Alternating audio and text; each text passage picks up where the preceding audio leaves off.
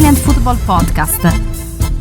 Hello, everybody, and welcome to the Italian Football Podcast. My name is Nima Tavallo Ruzzari, and I'm not joined by Carlo Garganese today, who's feeling a little bit under the weather, but we are joined by another Neapolitan or person of Neapolitan heritage. We're kicking off our Mercato Deep Dive series, which we do every year, every summer, with the champions, Napoli, who are perhaps the most active team in the market this summer. And to help us do that, we are delighted to be joined by our good friend, the brilliant Vincenzo Credendino of Radio and TV Capri.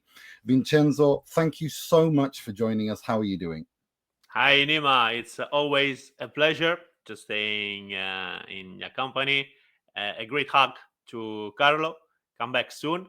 Can't wait to speak with you too, Carlo. And you are saying true things. Napoli is the champions, and we are happy about this. and Napoli is moving a lot in this season of transfers. We already started with Kevin De Bruyne. We have Marianucci. We just have first thing. Okay, I will go direct. Okay. Yeah. We just have to wait maybe some days. Maybe this week could be the right week to see Noah Lang with the Napoli shirt. Okay. We're going to get to that, but I want to start at the beginning. I want to do a retroscena, as you say in Italy, with Antonio Conte, because at the end of the season, after winning the Scudetto, it was very, very close, widely reported that Conte was going to leave Napoli and return to Juve. What happened so that Conte ended up staying at Napoli? Okay, let's speak about retroscena.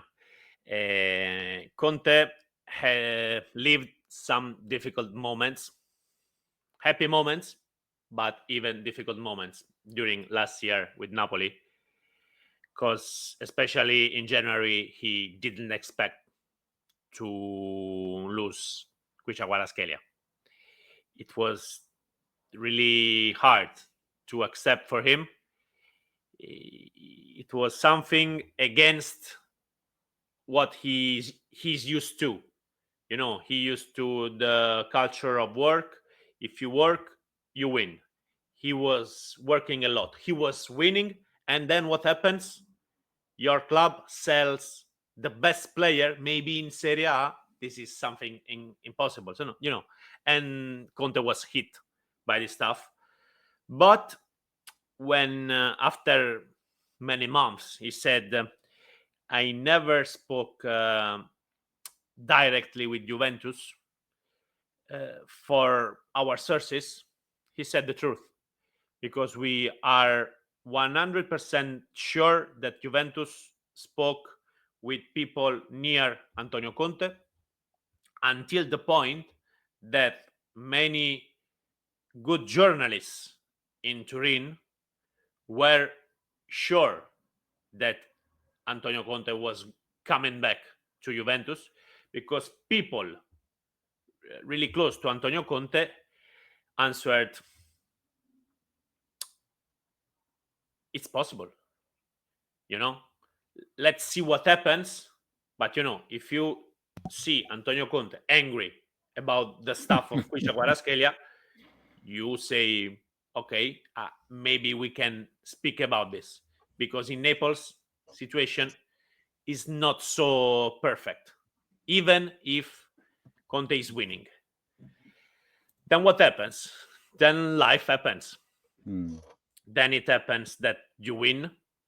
So it's normal that the emotion, the happiness the city gave you until that moment was per 10, per 100, because you won a Scudetto. And so it happens that your wife, for example, that feels very, very happy in Naples, can say to you, okay, the career is really important, but I would like to keep the house that we rented. Even if we come back to Turin, maybe we could keep this house in Naples for rent because we feel good here. So life goes on, and then you speak with Aurelio De Laurentiis. If Aurelio De Laurentiis says to you, okay, you're right, let's see what we can do together. How about I buy Kevin De Bruyne? Things can change, and things changed. It's not only about Kevin De Bruyne. I'm not saying that he's the joker that changed everything. No. They spoke about the club. They spoke about the structures. They spoke about, for what I know, economic aspect too. So, and they spoke a lot. they spoke a lot before arriving to a decision. But, as you can see right now, Conte is still working with Napoli, and in less than 2 weeks, he will be again between the mountains of Di Maro, starting new season 25-26. It's interesting because if you look at Antonio Conte's career as a player, as a coach, he's always been a bit of a vagabond. He's never been happy. He was at his Juve, even his own Juve, he left after 3 years. He went to the Italy national team. Didn't really feel like he did a fantastic job everywhere he's gone, but he never really felt like he belonged there. Now it's a little bit like not ironic, but this kind of notion that he comes to Naples where nobody expected him to stay more than one season, where nobody expected him to work with, because him and De Laurentiis being very fiery characters, nobody expected them to work well together, that he ends up staying there.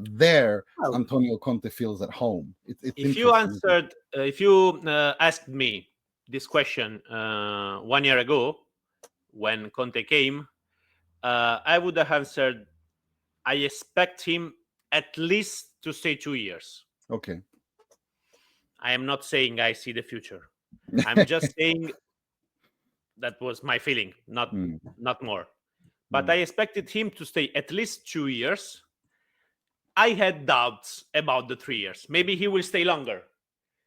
1 year ago, I had doubts. I was saying 2 years, it's good.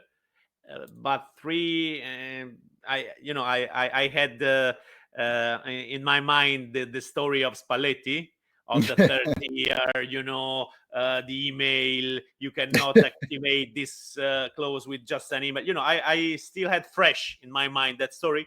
So I thought 2 years, I believe it. 3 years, let's see what happens. So now we can speak about a really good relationship between Conte and the city. Conte is very capable. He knows the world of football. He knows that everything in football can change very fast. He already knows that now it seems to live a dream for him, for his family, for the fans. Napoli is living another dream like 2 years ago. But things can change really, really fast. So I am pretty sure that he's going to point a mark on this page, on this story. This year is another page. Let's start from the beginning. Well, let's keep good things that we have. But now with the first participation of Napoli in Super Champions League, with a lot of expectation, because now you have to confirm what you did. Yeah. So it doesn't surprise me that he stays, because this is another great challenge for him. Yeah, absolutely. And speaking of his relationship with De Laurentiis, I mean, it seems that there's a lot of mutual respect there. But how would you characterize their relationship, De Laurentiis and Antonio Conte? Two strong characters, two strong personalities, But you said the perfect word. There's a lot of respect. They have this mutual respect because maybe they know that they have many things in common. So it's like when you are a good tennis player and you face another tennis player that plays like you. You maybe you are hitting him in that moment, but you are basically facing something really close to you, so you have this respect. Antonio Conte has the personality, has the strength to look Aurelio De Laurentiis in the eye and say what he thinks. Aurelio De Laurentiis knows that he cannot act like just the boss. He cannot act like the situation is this, and go on. He has to face with Conte's history. He has to face with Conte's attitude of work. Aurelio De Laurentiis likes a lot this stuff. That the fact that Antonio Conte always think about work, that he's capable to be loved by the team, even if he destroys them during the training. Yeah. It's amazing. This is something that I still can't believe. Yeah. I spoke with many players trained by Antonio Conte, and my first question was almost the same every time. If you say to me that you puke when you train with Antonio Conte, that sometimes people puke at the end of the session with Antonio Conte, how can you love him? I know many players that thought that the sessions were too strong, too hard, and tried to move things to get the coach sacked. This is, the normal situation. You know what they answered to me? He brings you to his mentality. And he gives you, for the moment that you work with him, that the word is right, that there is justice in this world. You work a lot, you win a lot. You earn respect, you earn timing of play. You don't work, you're bad. You don't win. Yeah, that's true. Speaking of, if we talk a little bit about how much power does Conte have in the mercato, in the transfer market? Because Napoli recently put out a statement denying that it wasn't just Conte alone making the decisions. So, speaking of the respect and the terror of balance of terror, if you know what I mean. I really don't understand. I'm sorry. Maybe I'm not so smart. It's possible. But I really don't understand the meaning of that statement. Because for me, if the call to De Bruyne, for example, is made by Aurelio De Laurentiis or Giovanni Manna or Antonio Conte or even Tommaso Starace, Tommaso Starace is that famous man with the great coffee, Coffee, yeah. For me, it's the same. I would not point that, we are all on the same boat. What if Tancredi Palmieri had called him? If you remember that famous video of De Bruyne calling Tancredi Palmieri what a stupid idiot or whatever he said. Maybe if Tancredi had called him. I say hi to Tancredi.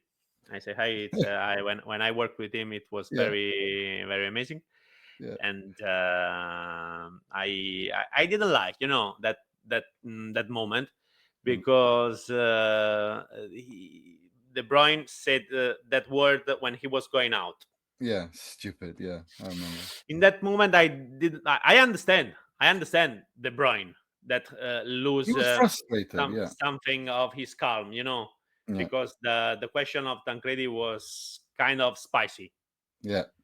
But I didn't like the fact that De Bruyne said Yeah. that word when he was going out. Yeah. It would have been better, a lot Me of too. show if they kept on speaking. What I was saying is that now Conte, well, not only now. I will give you an example. I don't know if we already spoke about this. The fact that the Buongiorno move from Torino to from Torino to Napoli. You said it a year ago. The reason was Conte. I am sure that the way of moving was Conte speaking with the player directly, calls. They had a dinner too, while Manna speaking with Buongiorno's agent. That is, if I remember, Giuseppe Rizzo. So in that case, I am sure that this was the way. In other times, I don't know if Conte calls Rizzo or Manna calls Buongiorno. I don't know. Maybe in the fact of De Bruyne, I don't know. I am sure that there's a market of Napoli with Conte and then one without. And a market of Napoli without Conte. 100%. 100%. Before Conte arrived on the bench of Naples, I am sounding quite Italian, right? I love it. Accent, right? I love it. Yeah. Don't change. I love it. Yeah, we love it. Everybody loves it. This is why you're one of our favorite guests. I was hearing myself, and I'm saying, I sound like Super Mario, maybe.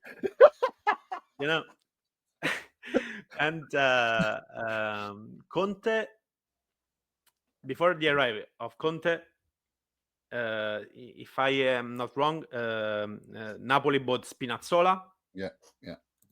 And another player that I don't remember in this moment. But when Conte came, it was easier to get Lukaku. It was easier to get Buongiorno. It was easier to get McTominay. Gilmour. Napoli was ready to buy Arthur, the Brazilian midfielder. You remember? Arthur Melo? Yeah. The blonde guy. Yeah. That one. Okay. Conte said, no, if we have the chance to go on Gilmour, let's pick Gilmour. Okay. And he had a really correct point of view, in my opinion. I agree. What about, let's just play hypothetically. There were lots of reports going that if Conte had not stayed at Napoli, Max Allegri would have been appointed. Is there any truth to that? Yes? Oh, wow. We have a peculiar expression in Naples. Say it. We love Neapolitan expressions. to say something that seems like a secret, but at the end everybody knows it. Okay. It's like segreto di Pulcinella. The secret of Pulcinella. Pulcinella is the carnival mask of Naples. In Italy, every city has his peculiar carnival mask. Pulcinella is the mask of Napoli. Okay. And segreto di Pulcinella is something that, even if it should be a secret, actually everybody knows. Yeah. Max Allegri to Napoli was the secret of Pulcinella of the last months of the past season. We all knew that if Conte at the end would have left Napoli, Allegri was ready to go on the bench of Napoli. Nice. Interesting one. But he ended up at Milan. Let's talk a little bit more about the Mercato now. So let's work through the players who could leave Napoli this season. Let's start with the player that everybody wants to know, Victor Osimhen. What the hell is going on? Does Victor Osimhen even know what the hell is going on? That's the point. He changed agent. Last time we spoke about all of the people that are surrounding Victor Osimhen. Now there's not the past agent, but he's still surrounded by a lot of people. We already said this. His dream is to play in Premier League. One day or another, he wants to go to Premier League and play there. Manchester United, Chelsea, even Arsenal, maybe. But what's happening? The clubs of Premier League are not the richest in any way. In the past years, Premier League was the richest league and the best league too. Now, I don't know if there are clubs that can pay 11 million euros to Victor Osimhen. Yeah, net per year. Net. The after tax per year. Netti, yeah, per year, yeah. It's a lot of money. Yeah, it is. And I am saying even Galatasaray surprised me a lot. I don't know. Well, actually, I know. Napoli didn't pay for Victor Osimhen's salary last year. Okay. Nothing. Okay. It's all on Galatasaray. Mm-hmm. And for me, it's not difficult to believe because I know how Aurelio De Laurenti acts, and I don't imagine Aurelio De Laurentiis paying half of the salary of Victor Osimhen for letting him playing in another team. Yeah. And Galatasaray, the fact that Galatasaray has the strength to pay 11 million euros to Victor Osimhen, for me, it's really, really amazing. Yeah. So now I'm going to say that for me, I don't have news, I have to say. I don't have recent news about this. I'm just speaking about what can happen. I imagine he stays in Galatasaray. I imagine he goes to Saudi Arabia or to other clubs that can afford his salary. In this moment, for what I know, in Premier League, they are not so interested in paying him 11 million euros. They are trying to lower the salaries. Yeah. And let's say Victor Osimhen is not so lucky to happen in this historical moment. Is there any chance of a Higuain bis, a repeat of Higuain in the sense that he goes to Juve? Juve has even less chances, speaking on the economic side, of Premier League clubs. Yeah. Juve is trying to sell Vlahovic because Juve doesn't want to pay a salary that is so high. Yeah. And most of all, Juve at the moment, then we are speaking about Agnelli's family. So it's clear. It's one of the most important families in Italy, for sure. So it's easy to imagine that if they really want Osimhen, they just have to pick money from family and put again in Juventus. But at the moment, Juventus seems not interested in an operation of this style.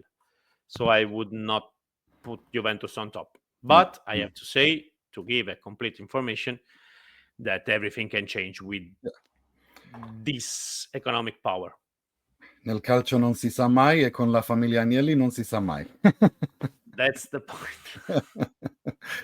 for good and for bad. But let's not dwell on that. Let's talk about Anguissa. There's lots of rumors that he could leave. What's happening with him? Because I know that he's got an option. Napoli could extend it. I think they have extended it or activated it. So what's happening there? I think that this day is really important, the 30th of June, because this is the day that normally ends the season. From tomorrow, the season 25-26 will start. Napoli has an option to extend in one way on their side the contract of Frank Zambo Anguissa of 2 years, and I think they will activate it. Otherwise, he will be free to sign for whatever team he wants. Napoli respects a lot Anguissa, and maybe because Napoli is remembering the history of Spalletti too, before of activating this clause, spoke to Anguissa and said, okay, what do you want to do? If you want to go, just bring us this X type of offer, okay? Yeah. If you don't want, we can sit around the table, speak about renovation. We just can't lose you for free. It would be unfair, and it would be stupid for our side. For the side of Naples, it would have been stupid. So they said to Anguissa, take your time. And then, with the days that were passing, Anguissa didn't bring the offer Napoli wanted. No. Napoli told him that for them, Anguissa was a column. They were very happy about him. So if he wanted to stay, the door were open. Mm-hmm. So now it's like before. In transfers, everything can change. But speaking on the 3rd of June, we can see that Anguissa is and starting 11 of Napoli. Yeah, and absolutely. we can explain this.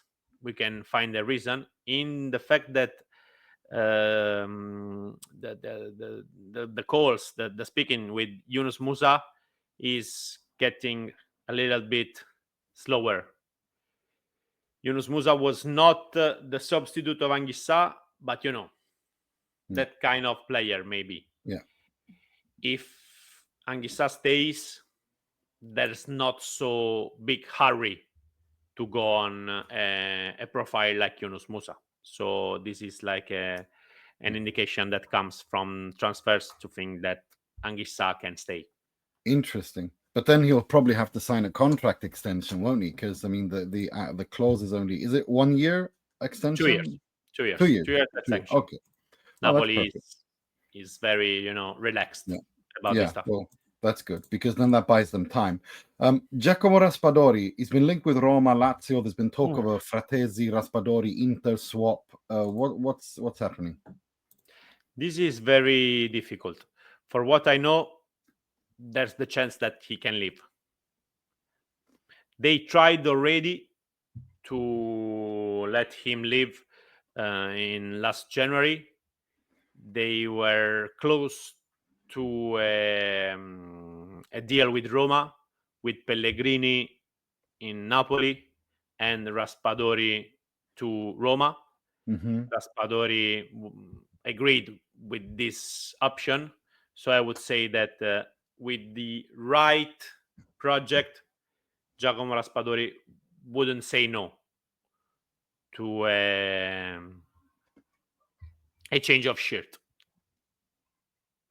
Yeah, it's interesting. I think for the Italy national team, it's good if he leaves, because if he needs to play, and it seems that Antonio Conte doesn't want to play as much with a two-man attack. So with the World Cup coming up and the World Cup qualifiers, I mean, I'm a huge fan of Raspadori, so I think it would be good for him to maybe leave somewhere where he can play more often. He's amazing. He's Yeah. amazing. He's a really good player. Yeah. Speaking about his technical features, he has a shoot technique very clear, very focused. With Quicha Guaraskelia, for me, last year they were the best long shooters, or well, the best shooters. Just speaking about how clean is their shoot technique. Yeah. Well, he's I really like him. Speaking of some other players that can leave quickly, Cholito Simeone, Rafa Marin. I mean, surely they're leaving, no? Rafa Marin, I think, is already done. Okay. Villarreal already had his yes last January. Villarreal still has his yes. The agent of Rafa Marin is really close to those clubs, Villarreal, Valencia. He's in good relationship with them, so there's I don't see any obstacles to the fact that Rafa Marin could come back to La Liga. The details, if my memory helps me, it's 1 year loan. Villarreal pays 1 million to Napoli, and then they have to pay for the rescate. But it's an option. It's not a mandatory rescate. No, it's an option. It's an option. What about which was the other name? Cholito Simeone. Yeah, Cholito wants to play. Cholito wants to play as well. Cholito is really linked to Genoa, for example. Genoa is trying to find a forward. They had some difficulties with some other profiles, so they could go really strong on Giovanni Simeone.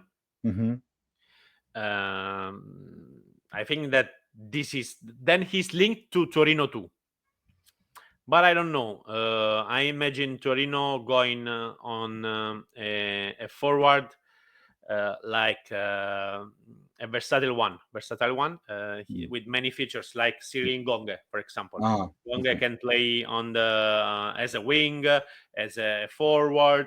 He's very has many features. So, and he was already coached by Baroni, that now is in Torino. No? Yeah. So I imagine Ngonge in Torino and Simeone in Genoa. Interesting. Speaking of some other players that were out on loan, Zanoli, Cajuste, Folorunsho, Lindtrom, Zerbin, Shedira, do any of these players have any future at Napoli, or are they all for sale? Zanoli could stay, but seems that he wants to play. Okay. Zanoli grew up in the club, yeah. So he doesn't take a seat in the list. Napoli would bring him, would let him stay, but he wants to play. And if the player is pushing, and I think that he needs space, he's a really good player with a great physical aptitude. He, as we say, he has the leg, to play on certain levels, and Zanoli has this leg. Okay. So for me, it's good if he finds a team. He's really linked to Bologna. When it was like almost 1 month ago or three weeks ago, I started working again on Ndoye and Beukema. I understood that Zanoli is really liked in Bologna. Okay, that's interesting. So it could be a chance, but there is not just Bologna. No. From the fifth or sixth place in Serie A table, from the 6 to the 20, every club would, I think, could pick Zanoli. Okay. What happens to Jens Cajuste? Cajuste, Lindtrom, Folorunsho, Zerbin, Shedira. Folorunsho. I think that there is no space for them. No. There is no space for them, but especially speaking about Lindtrom, it will be difficult to sell them. I imagine another loan for Lindtrom. Cajuste was had a good season, actually. Even if his team went to Premiership, if I remember, Ipswich, right? Yeah. He was always starting 11. He once scored a really nice goal. So for him, maybe will be easier for Manna to find a team, who knows, that could buy him. But for Lindtrom, I just imagine a loan, maybe with an option, with a buy option.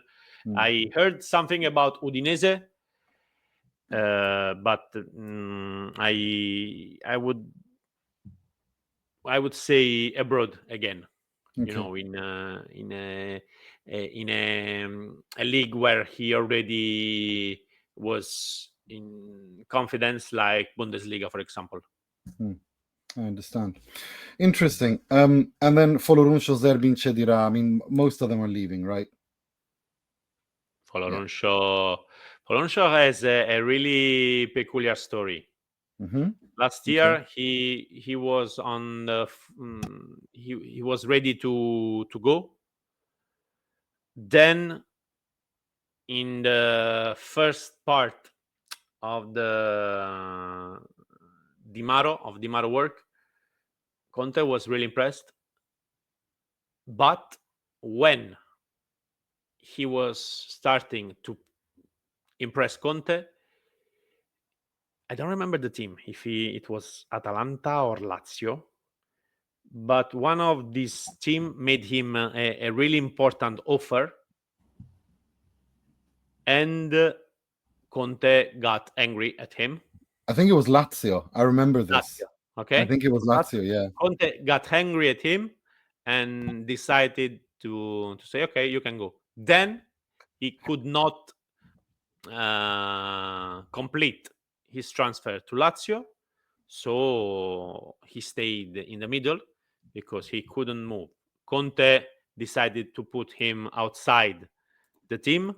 Then they worked a little, the diplomacy worked a little with the entourage of Conte, with other people of the board of Napoli, the agent of Folorunsho too. Clearly, Mario Giuffredi is very capable. He's a very capable agent. So they found some space for him in the field, and then, as you know, he changed his team. I think that his destiny will be more or less the same in this moment. So just one last question about players leaving, and that is Giuseppe Ambrosino. He scored a brilliant free kick in the Italy under-21 Euros in that crazy game against Germany. What's Napoli's what are Napoli's plans for him? Giuseppe Ambrosino is from Procida. You ever heard of this little island? No, where is it? In front of Napoli, there are 3 islands. Yeah. Capri is the famous one. Yeah. Ischia is the biggest one.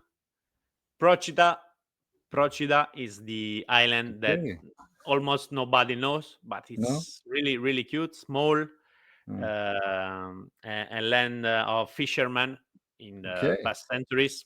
Now, clearly modern, but it's still really natural.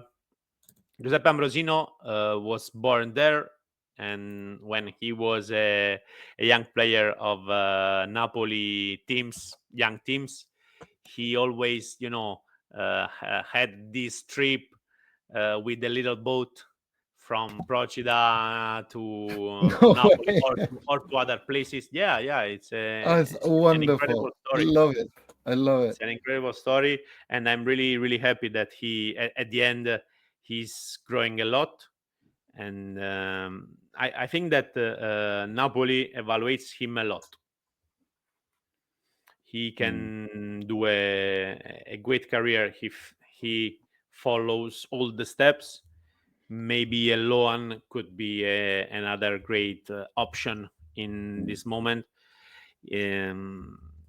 I think that Napoli wants to keep him, doesn't want to lose him. Okay, they say Cremonese, somebody says Cagliari, even Cagliari in Serie A. But I think that we have to wait some days. There will be many other teams. We are at the beginning of the transfer season, so you can find a team that really believes in him, and in this moment it's not so easy. No. Let's see what happens. Maybe somebody loses forward. There is a spot on that other team. This is not the moment to make choices. I think that Napoli and Ambrosino will wait some days. Okay.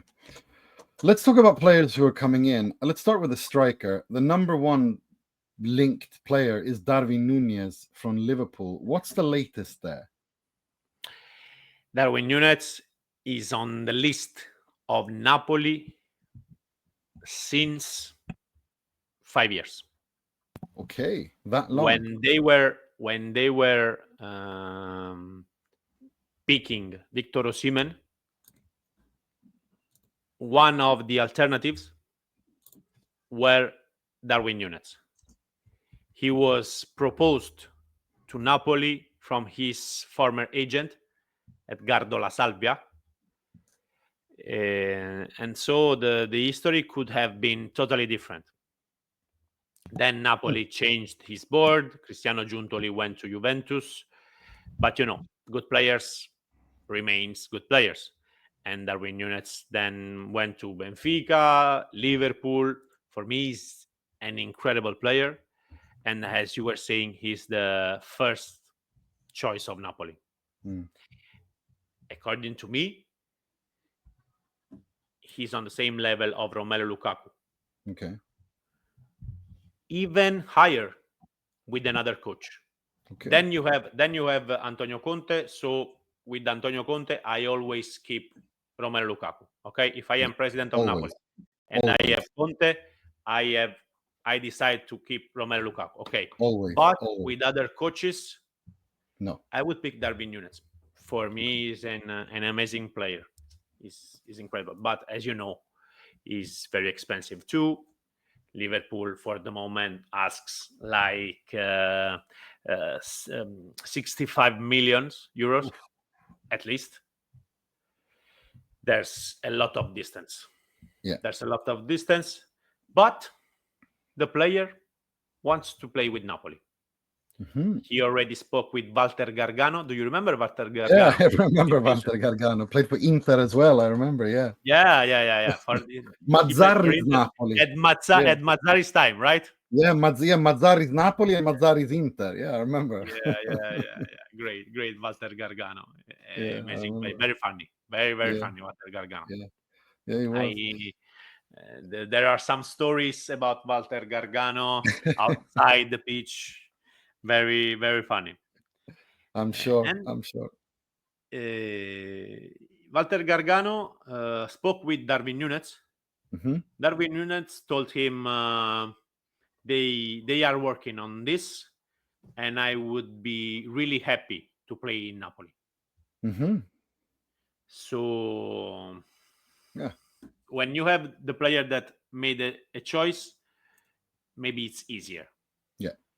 When you agree terms with the player, it's easier.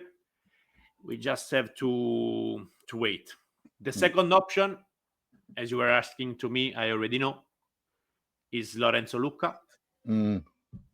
Even Lorenzo Lucca is on the list of Napoli since many years, since the time of Gattuso.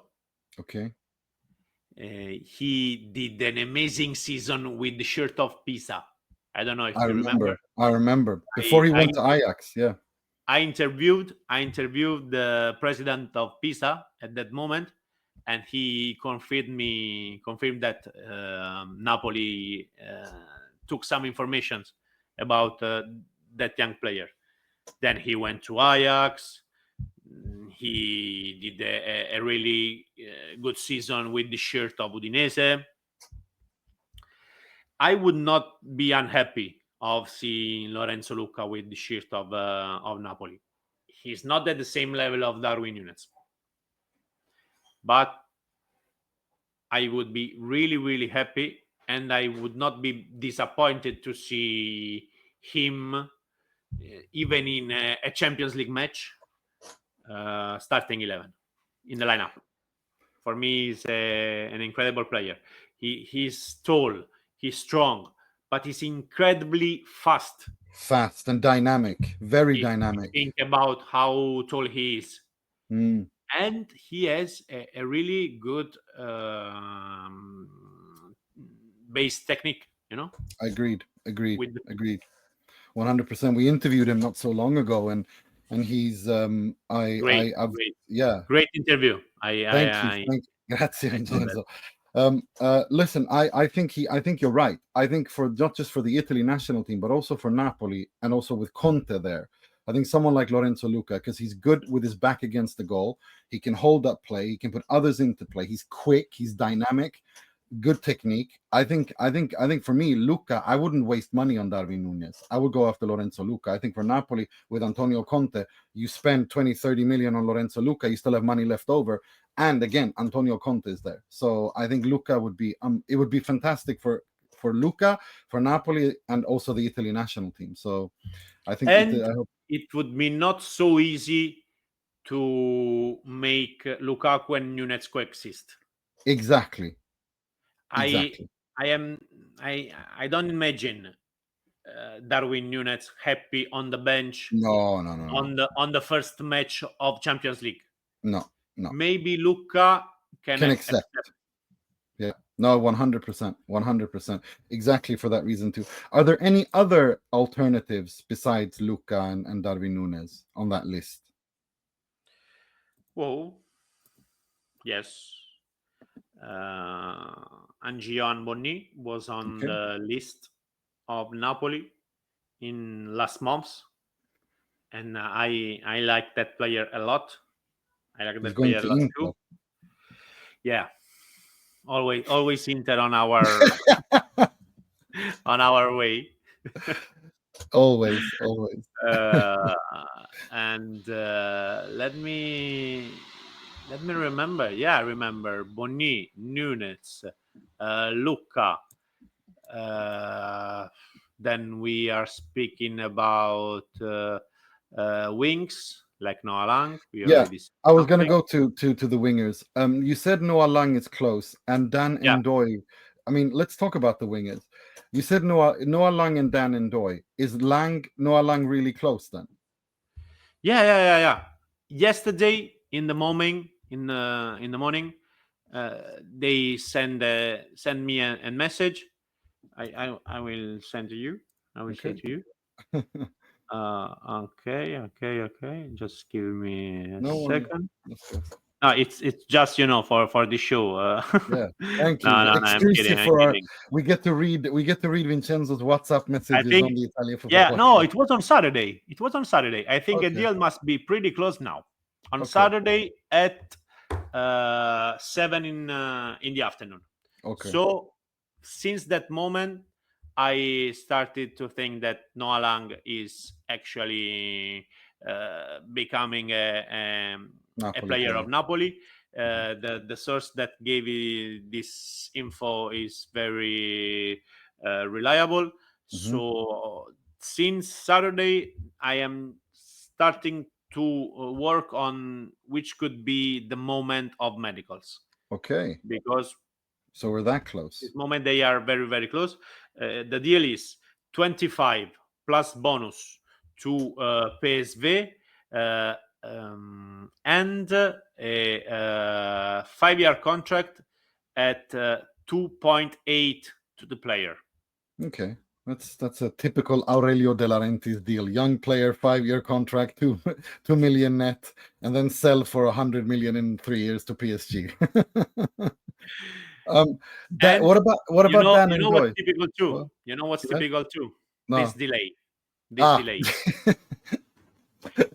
Aurelio De Laurentiis always tries to. I already told you this stuff. Yeah.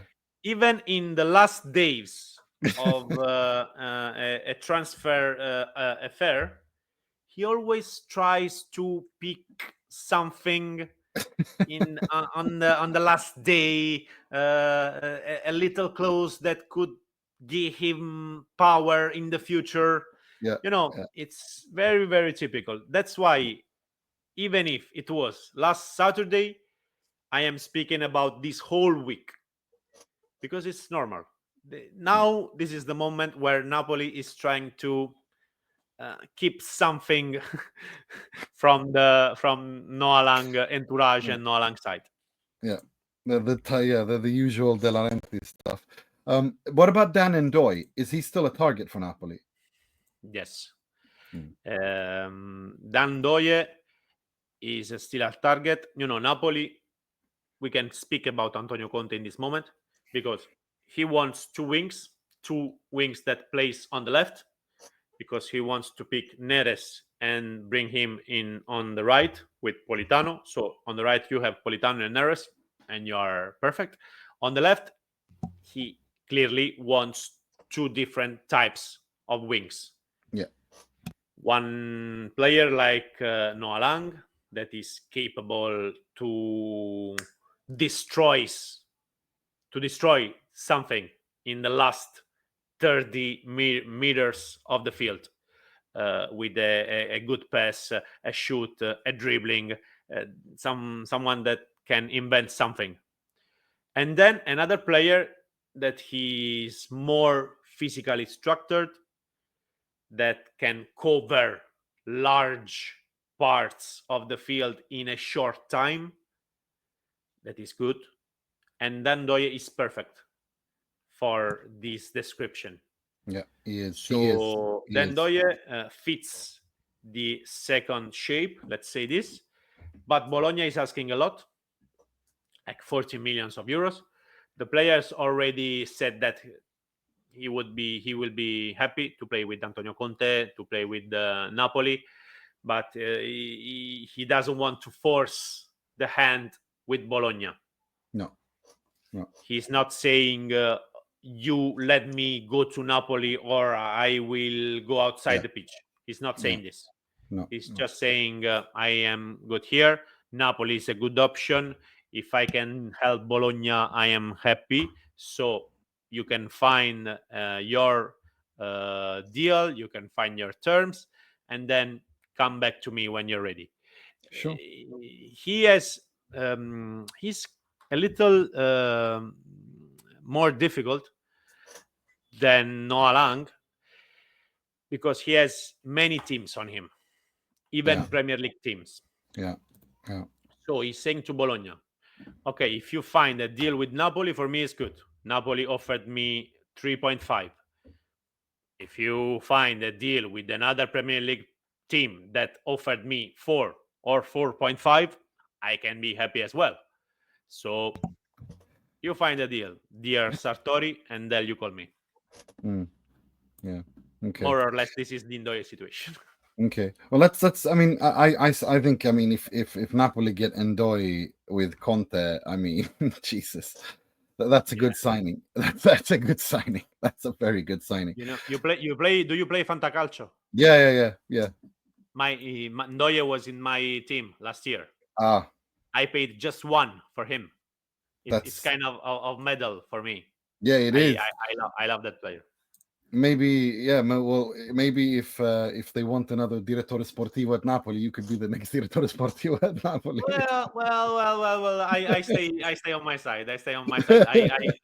I know the life, and I know that it's very, very tough. It's a Yeah, it is. very tough job. So no. Can we say goodbye to Jadon, Sancho, Federico Chiesa, Garnacho, all of these players now with Noah Lang coming in and maybe Ndoye? With Noah Lang, maybe we can say goodbye to Sancho. Mm-hmm. Maybe we can say goodbye to Garnacho. We cannot say goodbye to Chiesa. Okay, so Chiesa is the backup to Dan Ndoye, then we can say. Well, it sounds strange to call Federico Chiesa a backup. Yeah, but it's that profile. It's Yeah. that shape, Okay. So, and Gattuso told Federico Chiesa that if he wants, the door of the national team for him are opens, Mm-hmm. and that if he come back to Serie A, it's easier to get him. open Yeah. his doors. Yeah. Let's talk about central midfield. You've already signed De Bruyne. You mentioned Yunus Musa, but Anguissa is staying, so maybe those things are connected. But regardless of Anguissa, are Napoli looking to sign another central midfielder? Yes. Okay. Who are the profiles? Yes, they will find another midfielder that has the features of Frank Zambo Anguissa, Okay. Maybe not a starting 11, but a midfielder with those features. Somebody who's physically structured, who is a raiser. Let's say this, not a builder, but Mm-hmm. a raiser. Now we have Scott McTominay, that is perfect for this job. Yeah. So we can consider him something different. And it's not Napoli is not prioritizing this. The midfielder, he's now working on wings. He's working on Juanlu. You are going to ask me in a few minutes, I know. But Napoli is still looking for a midfielder. But let's talk about the more pressing issues, because a central defender, we know Beukema from Bologna has been he's been linked a lot. What's the status of Beukema to Napoli talks? Beukema is quite different from the Ndoye situation. Beukema maybe will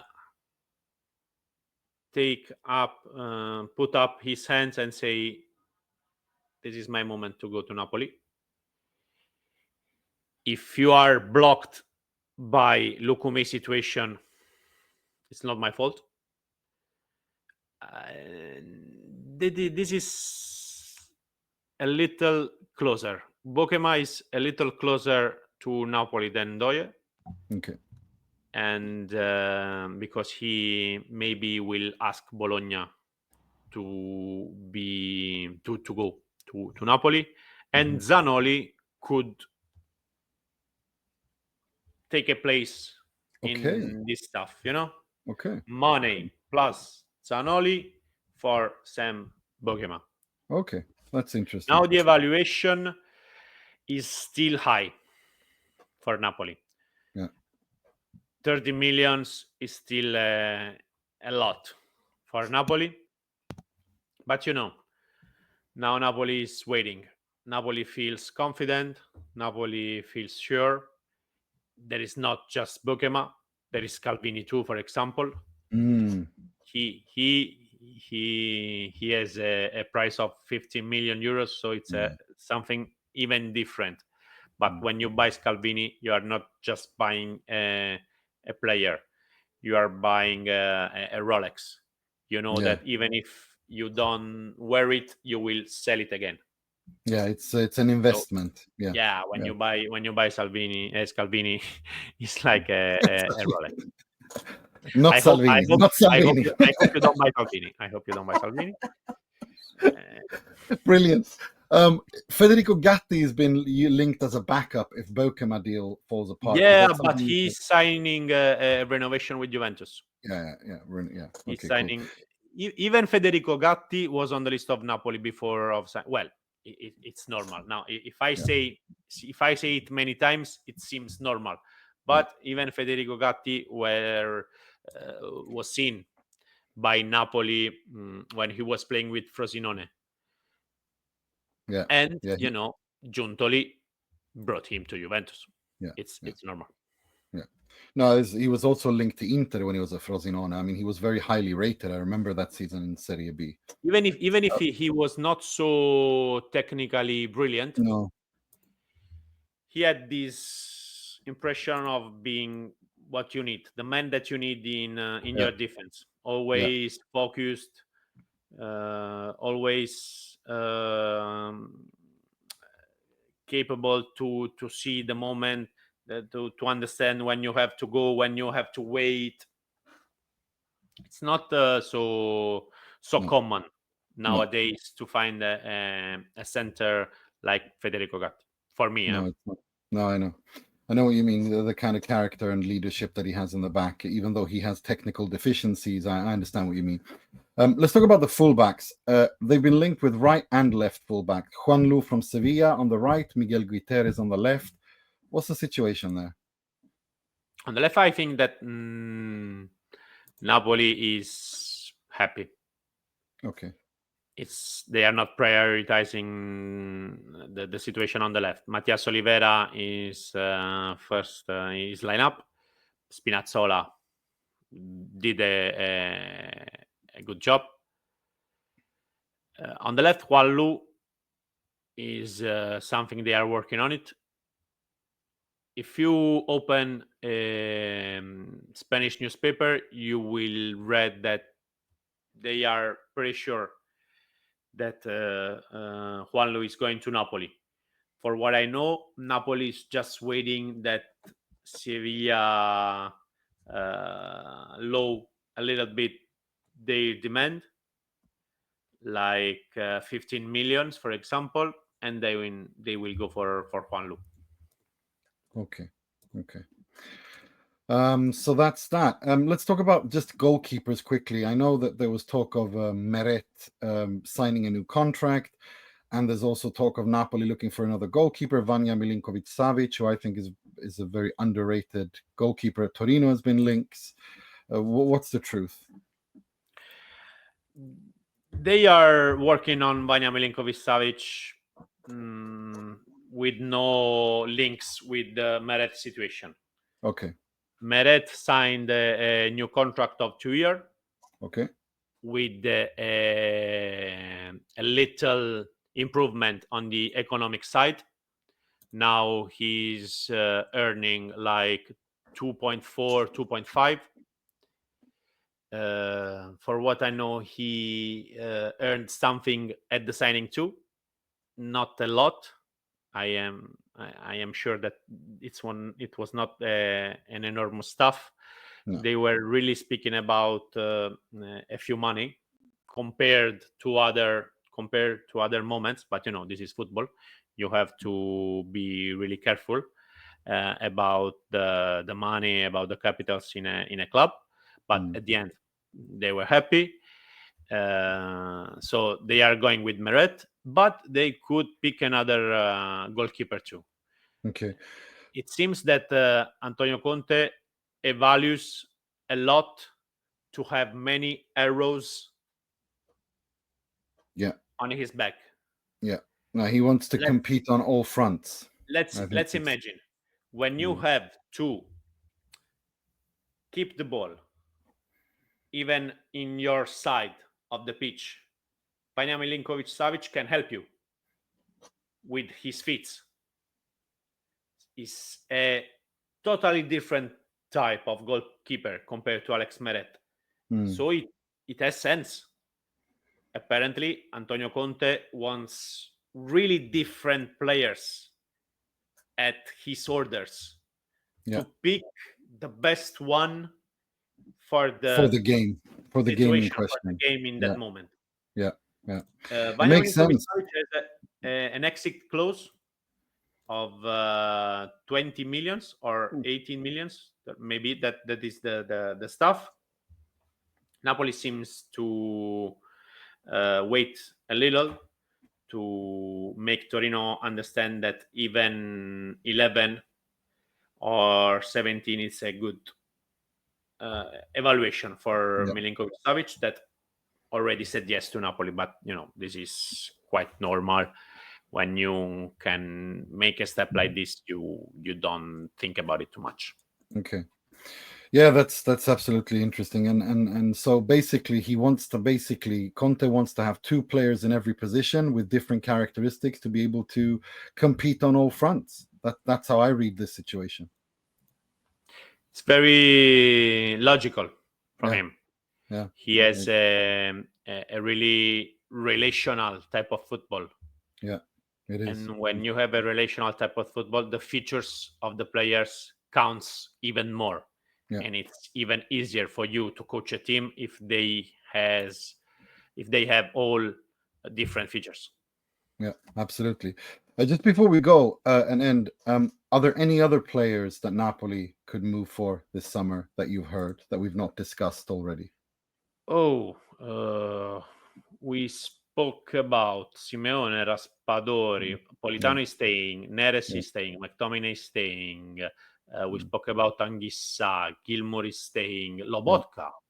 Yeah, Lobotka. We need to ask. Lobotka. Always pay attention to Stanislav Lobotka. In the past, Barcelona was on him. Some Arabic teams were on him. He's not sure 100% to stay. Okay. For the right price, well, it's always like this in football. Yeah. But he can leave with the right situation. He can leave. Interesting. And if he leaves, then Napoli will have to sign a replacement for him, or is Gilmour the replacement? I would say Lobotka could. Gilmour could be the replacement, but we still don't know. I don't have the news. Okay. For the moment, I just know that Lobotka has a clause of 25 millions. Mm-hmm. And if someone gives him the right project with the right options, with maybe the right money, Lobotka would say yes. So let's pay attention to Lobotka too. Absolutely.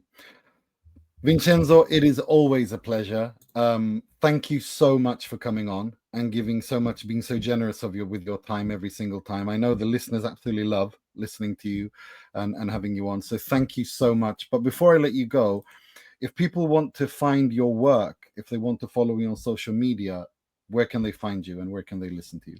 It's very, very easy. If you are abroad, just write Vincenzo Credendino on Instagram, on Twitter, on Facebook, and you will find me. If you are in the regional area of Napoli, you can watch me on and hear me on Telecapri and Radio Capri. Nice one. And if people don't live there, they can't access Radio Capri online. They can't access the TV. Yeah. On radiocapri.it, there's the streaming. Sure. Okay, great. So they can watch TV there as well. The TV channel Capri as well. We are working on it. Okay, you're working. I love it. Well, that's great. Thank you so much for coming on. Really pleasure, appreciate guys. this. Always a pleasure. Everyone else, we'll be back later in the week for the Q&A pod. So take care of yourselves. Until next time, ciao, ciao.